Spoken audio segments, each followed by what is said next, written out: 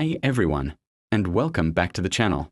Today, we are diving into a topic that's shaking up the real estate world, something every investor, agent, and even potential homebuyer needs to know about. We are talking about a major new rule from FinCEN, the Financial Crimes Enforcement Network, and it's set to change how we handle all cash real estate deals in the United States. So, grab a coffee, get comfortable, and let's break down what this means for you. First off, what is this new rule all about? In early 2024, FinCEN proposed a new regulation aimed at cracking down on money laundering in the U.S. residential real estate market. For years, criminals have used all-cash purchases of homes, often through anonymous shell companies, to hide illicit funds. Think about it.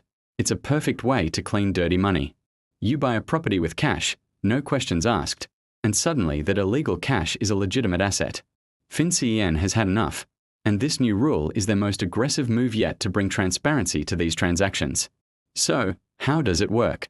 The proposed rule would require a range of real estate professionals, think title insurance companies, escrow agents, real estate agents, and even attorneys, to report specific information about non-finance residential property sales. This means any deal where a mortgage isn't involved. The report would go directly to FinCEN and would include details about the true beneficial owner of the entity purchasing the property. No more hiding behind anonymous LLCs or trusts. The government wants to know who is really behind the money. Now, you might be thinking, doesn't something like this already exist? And you're partially right. For several years, FinCEN has been using geographic targeting orders, or GTOs. These were temporary measures that required title insurance companies in specific high-risk metropolitan areas, like Miami, New York City, and Los Angeles, to report on high-value cash purchases. The GTOs were a good start, but they were limited. They only applied to certain cities and had specific price thresholds. This new rule is different because it's a nationwide, permanent solution. It expands the scope from just a few dozen counties to the entire country, and it lowers the reporting threshold, although the final threshold hasn't been set yet. It's a much wider net designed to catch illicit activity wherever it happens.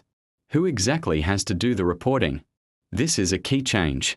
Under the old GTOs, the reporting burden fell almost entirely on title insurance companies. The new rule casts a much wider net. It proposes a reporting cascade. The first person on the list with the most direct knowledge of the transaction and the buyer is responsible for filing the report. This could be the settlement agent, the title insurer, the escrow agent, the real estate attorney, or even the real estate agent themselves. The idea is to make sure someone reports the information, creating a chain of responsibility. This means more real estate professionals will need to be trained on compliance and will have new responsibilities to fulfill. What information needs to be reported? The proposed real estate report would be similar to what's already collected under the GTOs, but more comprehensive. It will require the reporting person to identify the beneficial owners of the purchasing entity. A beneficial owner is anyone who directly or indirectly exercises substantial control over the company, owns at least 25% of it. They'll need to collect names, addresses, dates of birth, and a unique identifying number from a document like a passport or driver's license for these individuals.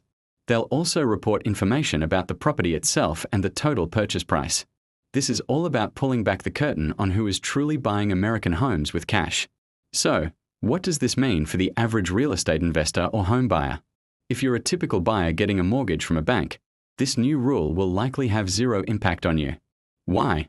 Because banks are already heavily regulated under the Bank Secrecy Act.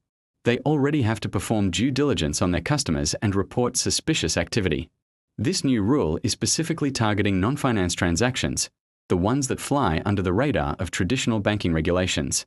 However, if you're an investor who frequently uses cash and LLCs to purchase properties, you're going to see some changes. Your settlement agent or attorney will now be required to ask for more information about your company's ownership structure. You'll need to provide documentation identifying all beneficial owners. The days of quick, anonymous cash closings are coming to an end. This doesn't mean you can't buy property with cash through an LLC, but it does mean the process will be more transparent. You'll need to be prepared to provide this information to ensure a smooth closing. For real estate professionals, this is a massive shift. Agents, brokers, and settlement agents will need to get up to speed on these new requirements. They'll need to develop internal policies and procedures for collecting, verifying, and reporting beneficial ownership information. This is a significant compliance burden. Failing to report can result in hefty fines and even criminal penalties, so it's not something to be taken lightly. We'll likely see a surge in demand for training and compliance software to help the industry adapt. It also introduces a new layer of liability. If a professional fails to conduct proper due diligence, they could be held responsible. What are the potential upsides of this rule? The biggest, of course, is national security and fighting crime. By making it harder for kleptocrats, drug traffickers, and other criminals to launder money through real estate, the US becomes a less attractive destination for dirty cash. This could also have a stabilizing effect on some housing markets. In certain luxury markets, huge inflows of illicit foreign money have been blamed for artificially inflating prices, making housing less affordable for ordinary people. By curbing that demand, we might see some price moderation, although the overall impact on affordability is still up for debate. It is about leveling the playing field and ensuring the market isn't being distorted by criminal activity. Now, what are the potential downsides or challenges? The real estate industry has raised concerns about the compliance burden and potential delays in closings. Collecting and verifying beneficial ownership information takes time and resources. There's also the question of privacy. Legitimate investors who use LLCs for liability protection, not for hiding their identity, might feel that their privacy is being infringed upon.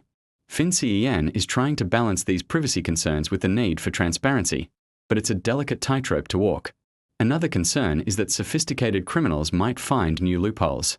They might move to commercial real estate, which isn't covered by this proposed rule, or find other ways to obscure their ownership. So, when does this all go into effect? As of now, this is still a proposed rule. FinCEN released the notice of proposed rulemaking and opened it up for public comment. They received thousands of comments from industry groups, legal experts, and the general public. They're now reviewing those comments and will eventually issue a final rule. The industry expects the final rule to be published sometime in late 2024 or early 2025. Once it is published, there will be a grace period, likely about a year, for the industry to prepare before the rule becomes effective and enforcement begins. So, we have some time, but it's crucial to start preparing now. What should you be doing to prepare? If you're a real estate professional, start educating yourself. Read the proposed rule. Talk to your legal counsel. Look into compliance solutions and training programs for your team. Start thinking about how you'll update your client intake forms and closing procedures. If you're an investor who uses cash, have a conversation with your attorney about how to structure your entities and be ready to provide the required documentation. Make sure your corporate records are clean and up to date. The key is to be proactive, not reactive. This is a landmark change for the U.S. real estate market. It is a move away from the Wild West of anonymous cash transactions and toward a more regulated and transparent environment. While it will create new challenges and compliance hurdles, the ultimate goal is to protect the integrity of the financial system and the housing market from illicit actors. It's a step that brings the US in line with international standards for combating money laundering.